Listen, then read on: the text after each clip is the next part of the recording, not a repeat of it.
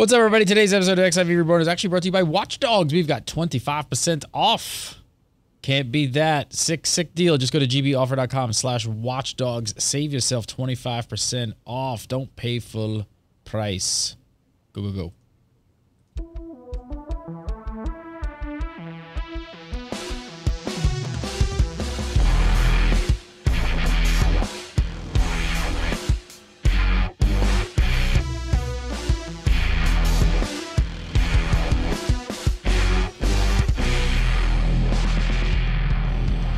What is up, everybody? Welcome to XIV Reborn, episode 38. It's May 24th, 2014. Garlean Empire, Game Breaker TV. Joining me, as always, Mr. Michael Poveromo. Mr. Happy, how are you, sir? You got damn. I am doing very. Yeah. Well, I'm getting ready for the next content patch. I need to make sure it's nice and grown out for Ramuh. Lumberjack style, man. I think it's getting deep, thick. You're gonna lose shit. Yeah, I will have birds nesting in my beard in a good 6 to 8 months. That's awesome. All right, well, we got a lot to talk about today. So we got live letter that just hit this morning, right? That was Saturday morning. Tons of news there. We got some patch 2.28 stuff to talk about, quality of life changes, all that good stuff.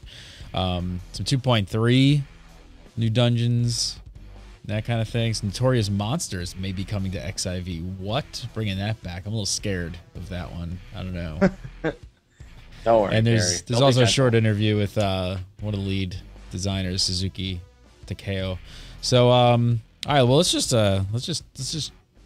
jump into it here. I mean, live letter, we gotta kind of just get right into this. This was this morning at some ungodly hour. Were you up for this? Did you get up for this? I was not just up. I actually woke up 2 hours early, like it was Christmas morning, and couldn't go back to sleep. So I ended up streaming for an hour to an hour and a half before it started. What time was that for you? What time were you up for this? I was up at 5:30.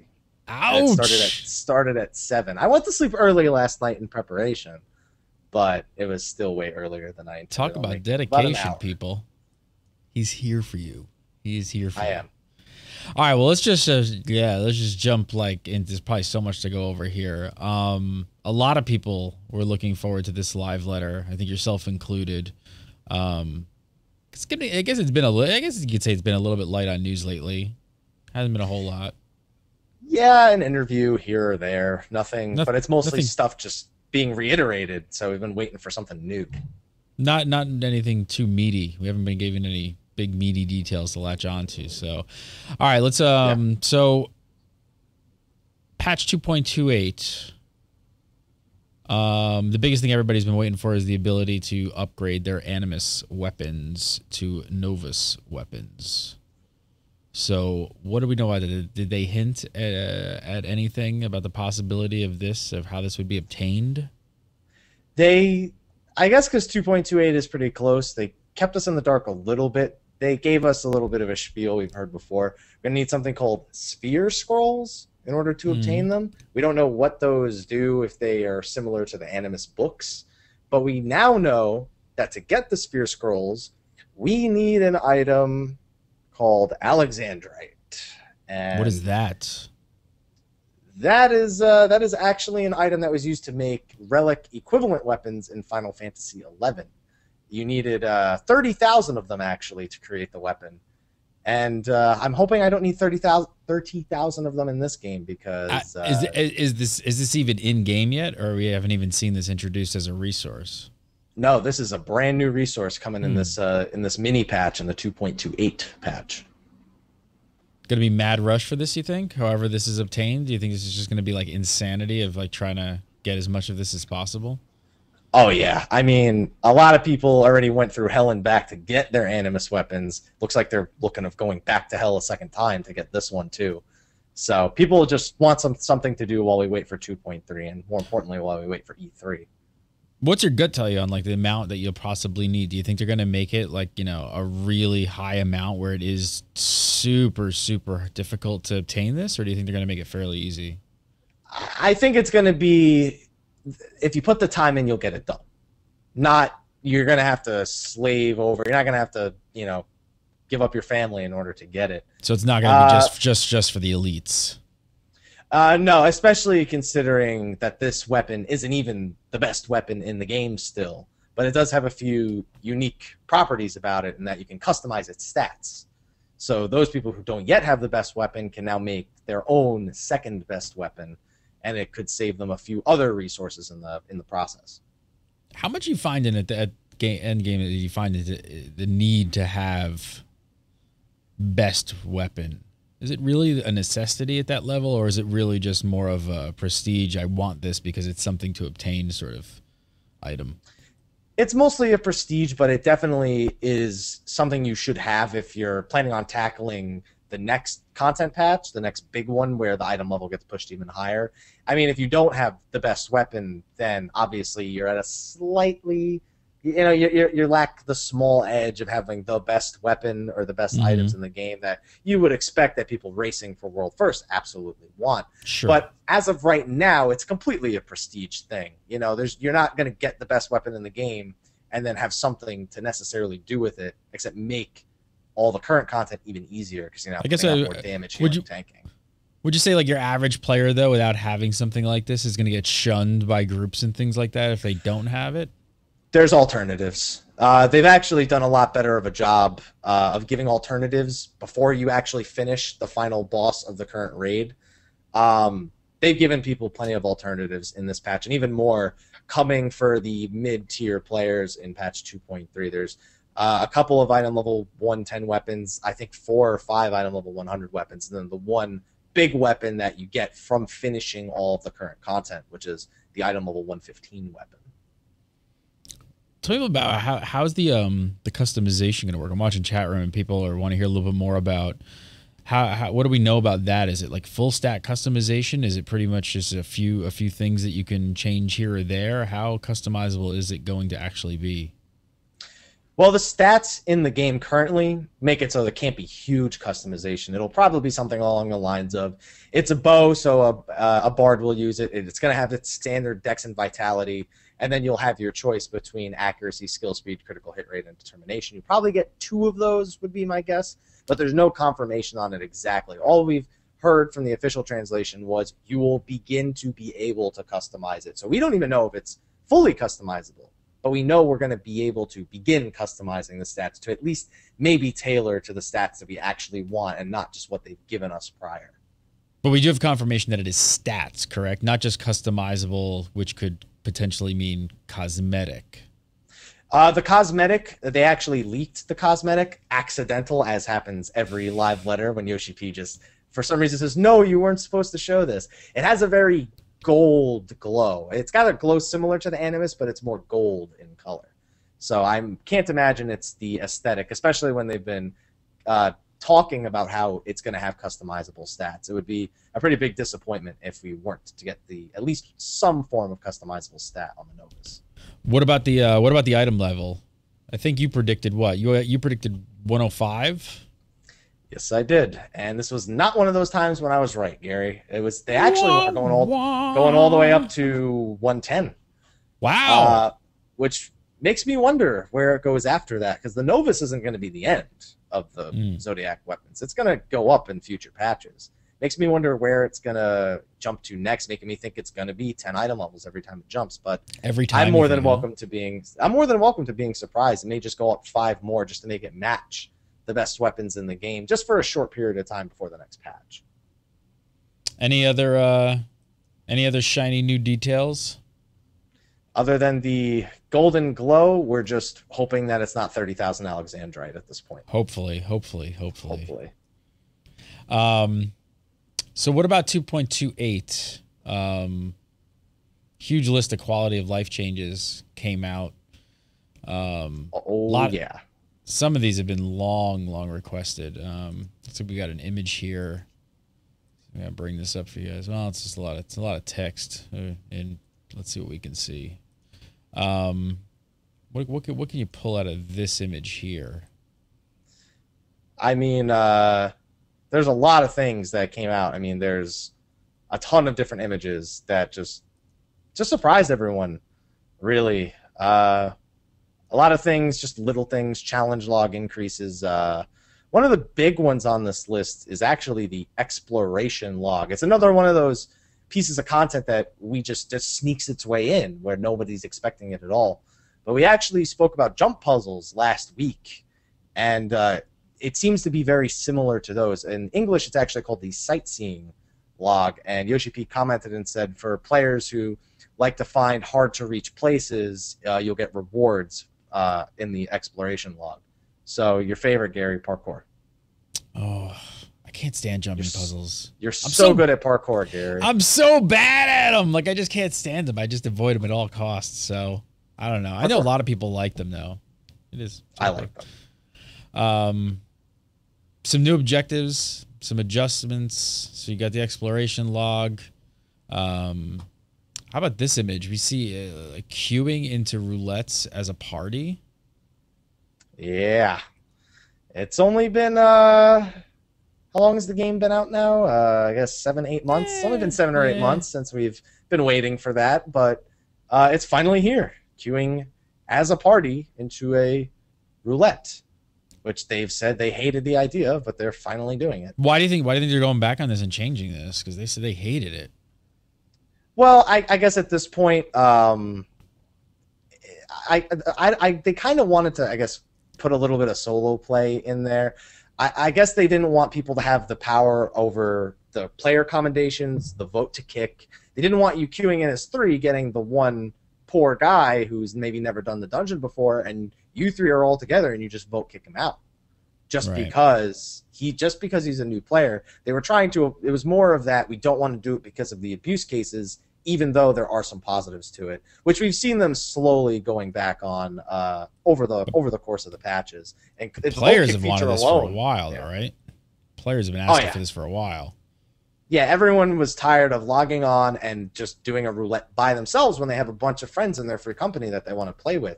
It's basically either, get 4 people and do a regular dungeon, not even a roulette. It's basically just you either got people and did a specific dungeon, or you went by yourself and did a random one. Now you can best of both worlds. What about this here? What is this? I have this up here. Something about a part about if a disciple of hand repairs your gear, your item durability can go up to 100 and, am I reading this right? 199%? Yeah, it's not quite twice as good as it was before. It's a little bit short, but yeah, going all the way up to 199%. They actually had something similar to this in I believe back in 1.0, if you went to an NPC and repaired, it only brought you up to 99%. And you needed to have a player repair it to get to 100%. And now they're letting the NPC do it up to 100, which 100% durability is required for things like storing it in your armoire or trading it in to an NPC, I believe. So they wanted to leave that as the standard so players wouldn't feel like they needed to seek out another player in order to make use of those features. But if you now have your Disciples of Hand repair your gear will last much longer without needing to be repaired even by the NPC, especially with the reduced durability losses from the free company bonuses and from just being in like a primal battle or something. Do you think that is because back in 1.0 there was that whole repair market? Do you think this is going to bring a repair market into the game like the one that existed in 1.0? Not quite. Again, you needed that 100% durability in 1.0 to make use of certain features, and you can now still get that feature from an NPC in 2.0 with the NPC repairs. This is more of a luxury kind of thing. I think people who have the crafting classes will definitely be utilizing this themselves, and they may occasionally get a customer of sorts that wants to get all their gear fully repaired. They're going into maybe Coil 9, and they don't want to have to worry about repairing in between a few kills, and they'll have access to this. But I have a feeling it's mostly going to be people self-repairing up to the 199%. All right, last of this one. I want to see chat room blow up on this one. I'm sure they're going to. An actual equipment preview feature. Wow. Finally. Only, 7-8 months after launch? I mean, this is... I think everyone would think that this is pretty much something that you'd want standard in a game for launch. But yeah, an actual equipment preview feature coming, it looks like. Yeah, now we just need the stat comparisons to actually work properly, and that would help. And we will be 100% where we, I guess, should have been 7 or 8 months ago. But I mean, it's here. can't really say much more than that. Better late than never, right? Hey, at least you're getting it. What else we got? Finally, there's a last bit of info in the image. It's the ability to skip previously viewed cutscenes. Yes, it is, Gary. Do you think that they've just been overrun by complaints for people who just want to skip these and they just can't deal with it anymore? Because I would have thought something like that would have been in since launch as well. I mean, you see it once, you don't want to see it 1,000 times. Yeah, and it's funny because at some point they added the ability to skip cutscenes for travel alone, like if you were using, I guess, maybe the Chocobo Porter. I didn't notice a difference at all. For teleporting and Chocobo Porter, you skip the cutscenes for those. They added that. But every time I go into Coil, I have to watch 15 cutscenes before I can get to every boss, and I'm tired of it. It's like, I get it. It's a story-driven game. Sure. The story is great. And you've seen it. You've seen it. You've heard it. You know it. I don't need the cutscene saying where I am, the cutscene saying where I'm going, the cutscene showing the boss, the cutscene of the boss dying, and then doing that 4 or 5 times every night. So I'm very, very excited to finally get an automatic cutscene skipper. Little quality of life things. We're at that stage of the game where these little things actually matter for a lot of people, and they actually get people pumped. So when you play a lot, it kind of matters. I know it seems like really trivial, but it is just hit that damn escape button and bypass, please. And I guess for everybody out there who does not know the dates when all this is coming, so patch 2.28 will drop June 5th. June 5th is the date, so mark your calendars just in time for us to get some news from, hopefully from E3. I'm sure we'll get something out of the Squeenix group on XIV. What do you think you're going to drop at E3? What do you think? Expansion? The job. New job. New job? That'd be it? New job. No talk of expansion yet? They may. I think it may still be a little bit too soon, but this is their pretty big opportunity. I believe it's this and then the Tokyo Game Show. Not Tokyo Game Show, TGS, later in the year. That's really the two big opportunities they have to drop information like that. And in an IGN interview that came out this last week, didn't really have much new information, so we're not going to talk about it. He did say to please wait until E3 for information about new jobs. So he seems pretty adamant that they will have something. And at E3 last year, they revealed Scholar, and they previewed Summoner for the first time. So it would be a good habit to be in every E3 to get a new job preview. Well, there you go. June 5th. Mark your calendars. June 5th for 2.28. Then we'll get some more out of E3. All right, we got some stuff to talk about on 2.3 really quick. Want to stop, take a break, and tell you about our sponsor, Audible. If you guys have not checked out Audible, want to hook you guys up with a free audiobook and a free 30-day trial just by going into the URL audible.com/gamebreaker. And, of course, by supporting Audible, you are directly supporting this show and all the others we do here on GameBreaker.tv. Maybe some of you guys are World of Warcraft fans, even though this is a Final Fantasy show, I know. Great books, though. Even if you don't play WoW, these books are actually still really good. I highly recommend just checking them out, even if you don't play the game. Let me take a listen. To best the bronze aspect in the realm of time. When he first returned from the Time Ways, Tick continued hesitantly. He recounted what he saw. No matter where he and the others attempted to journey in history, they always emerged at the same point in the future. The hour of twilight. Nosdormu lowered his head and clenched his eyes shut. It was as he had feared. The strands of time had been gathered and pulled toward the apocalypse. In that gray and lifeless future, even the timeless one would meet his end. Check it out, check it out, check it out. You could choose Dawn of the Aspects or tons of other books. There's a lot of great epic fantasy, high fantasy, sci-fi, whatever you're looking for over on Audible. And they've got an app for your Android, your iOS device, your Kindle, your iPad, whatever you got there. So you download the app, put it on your device, and choose a free audiobook. And like I said, all you got to do is go to audible.com/gamebreaker, use that URL. Make sure to use the URL, supports our channel. And download a free book and check it out today. Check it out again, audible.com/gamebreaker. All right. What everyone was really excited for were the details about the 2.3. Mm-hmm. So it was only the first half of the preview, but they seem to answer some of the most important questions. First, we get this image. I can bring this up here. Defenders of Eorzea. The title of the patch. Defenders of Eorzea. Pretty cool. Pretty good title. Epic. What'd you think? I thought I liked it. It was not at all what I was expecting, especially after 2.1 really focused on the extreme primals for the most part. 2.2 focused on Leviathan. Thought 2.3 may have a more Ramuh themed title, but I think that this covers probably more than what we expect, or more than what we know so far, more than just Ramuh in itself. But I have a feeling it's more leaning towards Frontlines, which is coming in 2.3, the large scale PvP. So I'm actually curious to see how this title ends up playing out for the story. That's scary. Isn't that a little scary? A little scary. Little scary. Anything to do with PvP? A little scary. Yeah, I mean, large scale PvP. We'll be all right. Anything else you can draw from, possibly having to tie into the story or anything? That's the thing. I mean, there's plenty. They left us on a lot of cliffhangers in the last few story arcs.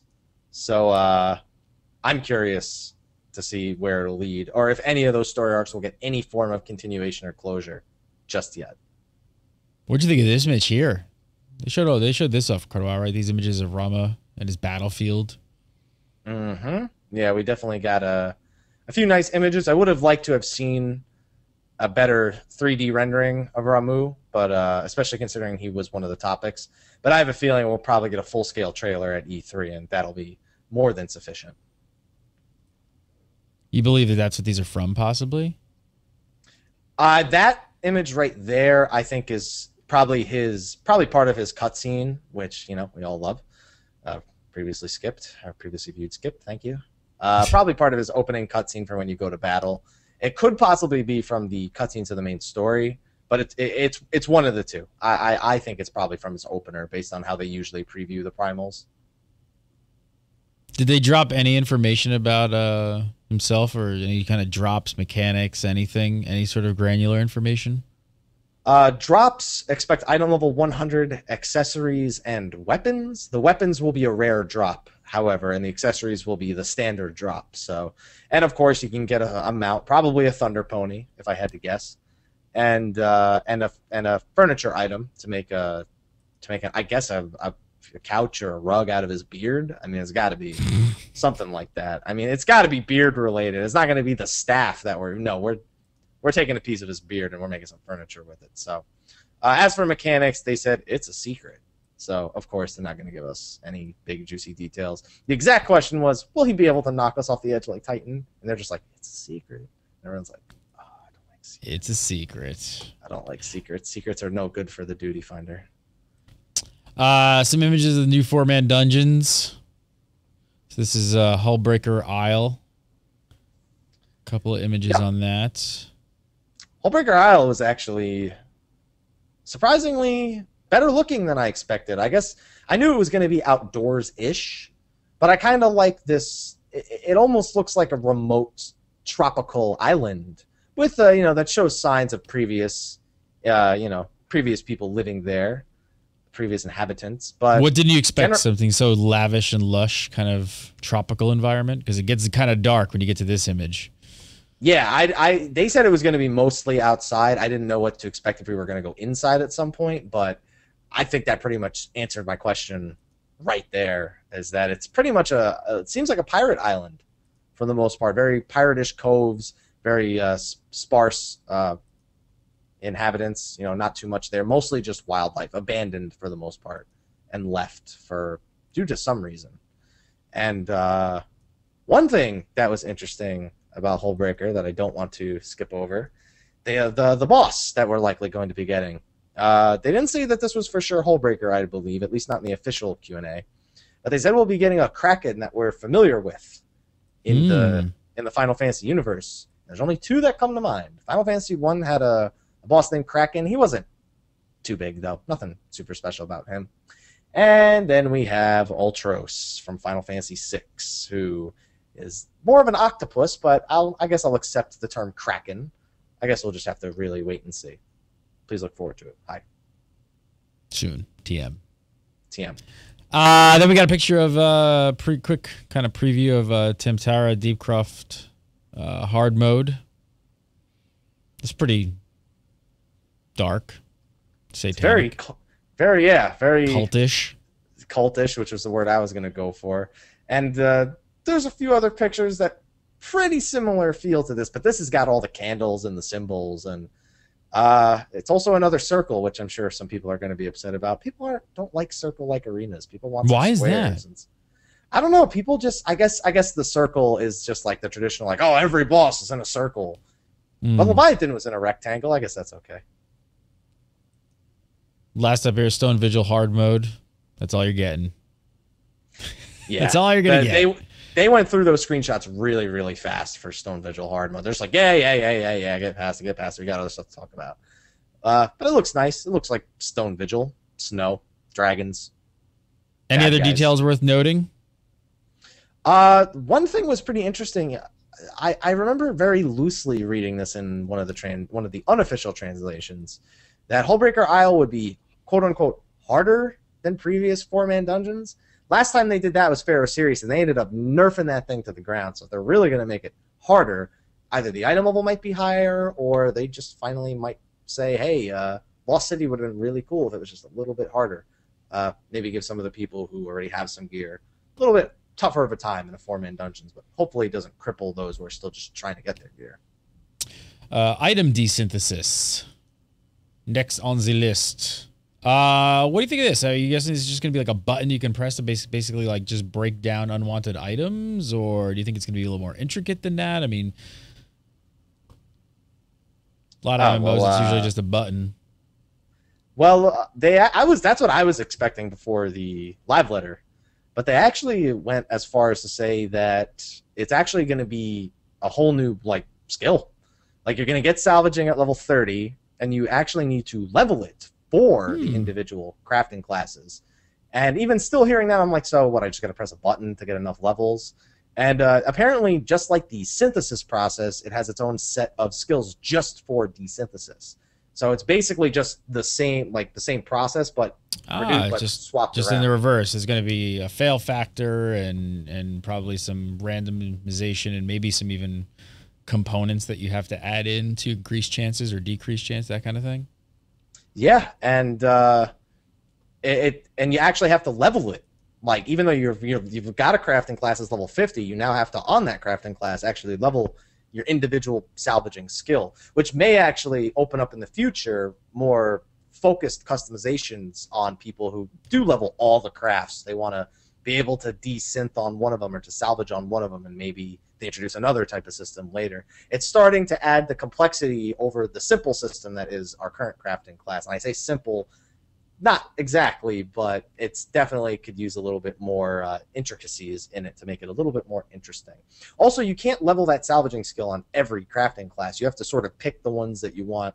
I don't know. We don't know exactly how far it goes, but you can't have max salvaging on every single crafting class. You're going to have to pick the ones that you really want to specialize that in. What about, do you have any concerns about just like unwanted items getting into the market and just flooding the market? I guess it depends on what items we can salvage.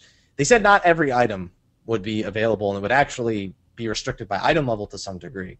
So I don't know how that stands with maybe dungeon grade gear that you get, if that can just be broken down into materials and then that could flood the market.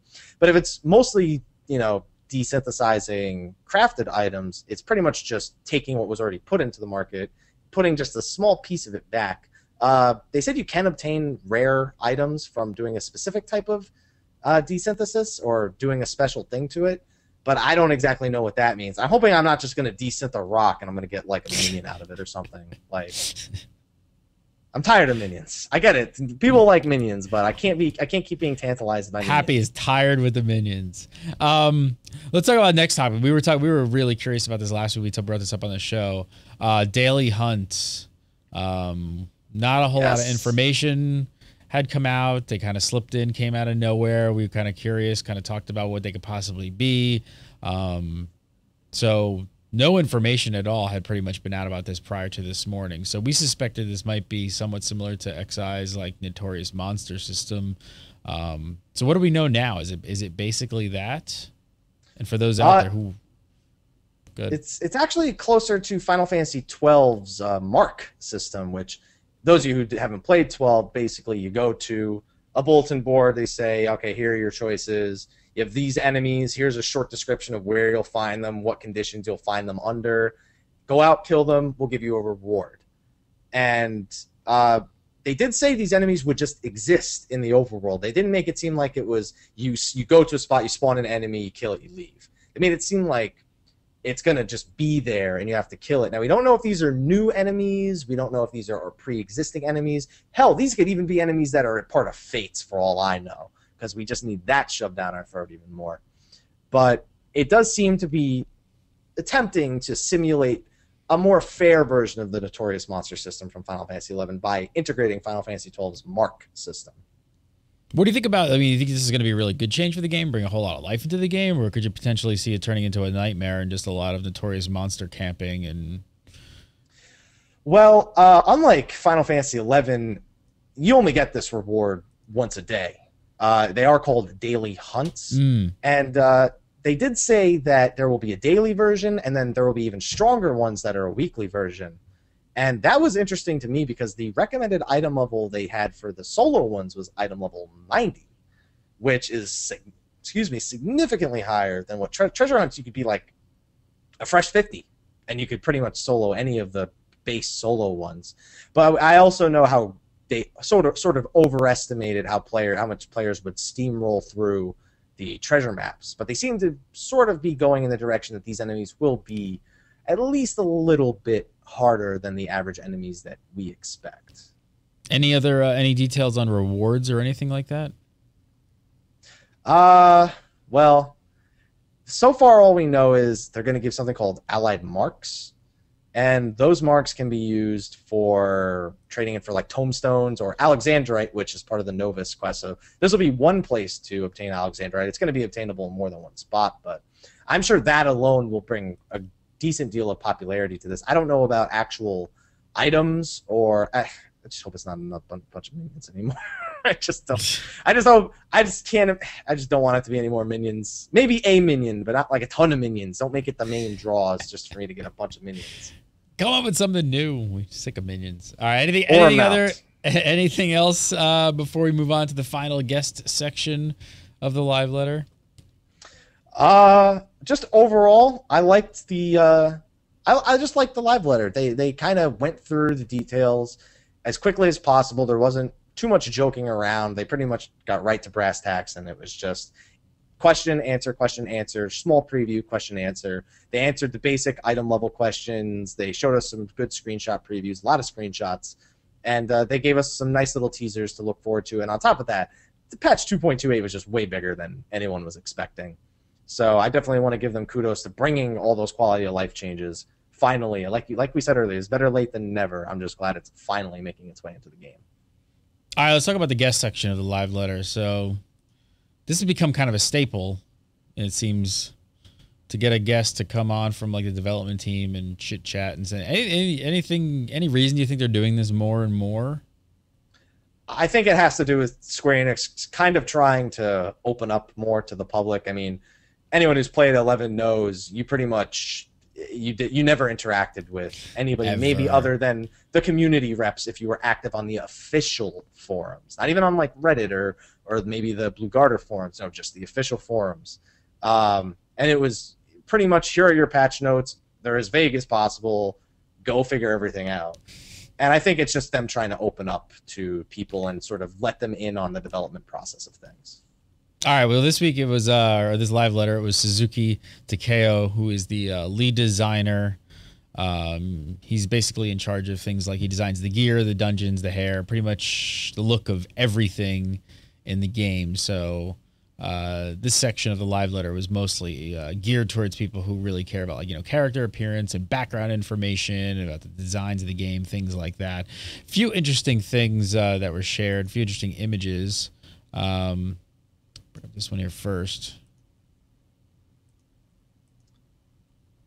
So what looks to be dyeable artifact gear. Yeah. This actually came kind of out of nowhere. They seemed pretty adamant that they weren't going to do it, and if they did, it wouldn't be till much later. But most people will wear that gear for maybe a week tops now, and then they'll just throw it in their retainer or something. So I guess it's just repurposing older gear. I mean, you have a glamour system now. People like the way the older gear looks. I guess add a little bit more customization to what you can do with it. Personally, I think that golden Dragoon armor looks horrible, but maybe somebody will dye it like pink or something and put it on. I don't know. Now, next up, this one, interesting. What looks to be obviously a some sort of tuxedo and wedding dress. So, marriage, which we've been waiting a while to find out a little bit more about this. Something they brought up, well before the game came out, but they've been pretty silent about it until just recently. And it's nice to see that they're finally starting to get it rolling. It doesn't look like it's anywhere near completion, but just it's nice to see the concept art to know that they're considering it soon. Even showed off a marriage-themed chocolate. Yeah, that call. At first, I didn't even realize that was a marriage chocobo. I just thought that was some white chocobo with a nuke barding, but it's actually, they said it was a wedding chocobo. So I guess you and your chocobo, you and your new bride, or you and your new spouse, I should say, just ride out on a white chocobo dressed all fancy like. So I guess marriage confirmed for Final Fantasy XIV, pretty much. Yeah. Pretty much all signs lead to yes. Yes, pretty much. Has to be. They're not going to draw all that stuff and be like, we're not doing it. So that's a couple other, some new glasses. Some new glasses coming to the game, showing off some of this. Yeah, we got Neo. We got Neo right here. Yeah, Neo. I guess this is more of the, it's not really the nerd look, but nerd, librarian teacher kind of thing. Yeah, more librarian. Yeah, that's for those of you who dig that look, that's going to be. What the hell is this? Big one. That is, I'm going to call it a monocle. From Mortal Kombat. Yeah, I mean, technically, yeah, I guess that does look like Kano quite a little bit. Yeah, Mortal Kombat collaboration confirmed on stream. Easy. Has to be. They went through a ton of images. We could be here all day going through these. I got one more I want to bring up. It's trying. It's trying so hard to load right now. They love the images. They're dropping so much. And I'm sure some of them said confidential on them. Of course, no, you're not supposed to show this. That's totally not allowed. Come on. Yeah, they do this all the time.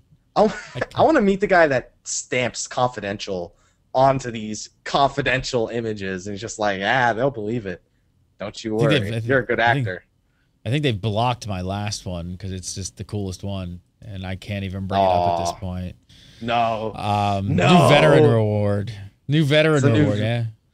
It's the new veteran reward. It's just kind of hanging.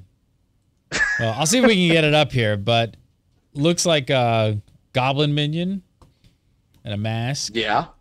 The mask is definitely something, if you haven't seen, you need to see it, because that's Final Fantasy XI got the backpacks. Why couldn't we have just gotten the backpacks? This thing looks ridiculous on us. I thought the snowman helm looked ridiculous. This thing is unbelievable the way that it works. It's I can tell why goblins are the only ones who wear those things and not us. Can't wait to glamour that. Well, we'll try and stick that in the show notes or a link to it, because I can't get it. So they obviously don't want us to show it. So I think it's pretty peculiar that as soon as we want to bring it up, it's like, no, you cannot see that. Nope. Mr. Happy Megapovoromo. Follow him on the Twitter at Mr. Happy1227. Go over to his YouTube's channel, and of course, now you're doing a lot of streaming these days. Yeah, doing a lot of streaming. Streaming's fun. What's your what's your Twitch stream? Same Mr. Happy1227 Twitch.tv. There you go. Mr. Happy Twitch.tv/ Mr. Happy1227. Check it out. All right, gang, we're going to do this show on Saturdays live for the next couple weeks. So we got a couple weeks left while we're doing it on Saturdays. So come on in and hang out for the live show. If not, it'll be over on GameBurger.tv and, of course, the XIV site as well. So have a great weekend, and we'll see you next week for some more XIV Reborns.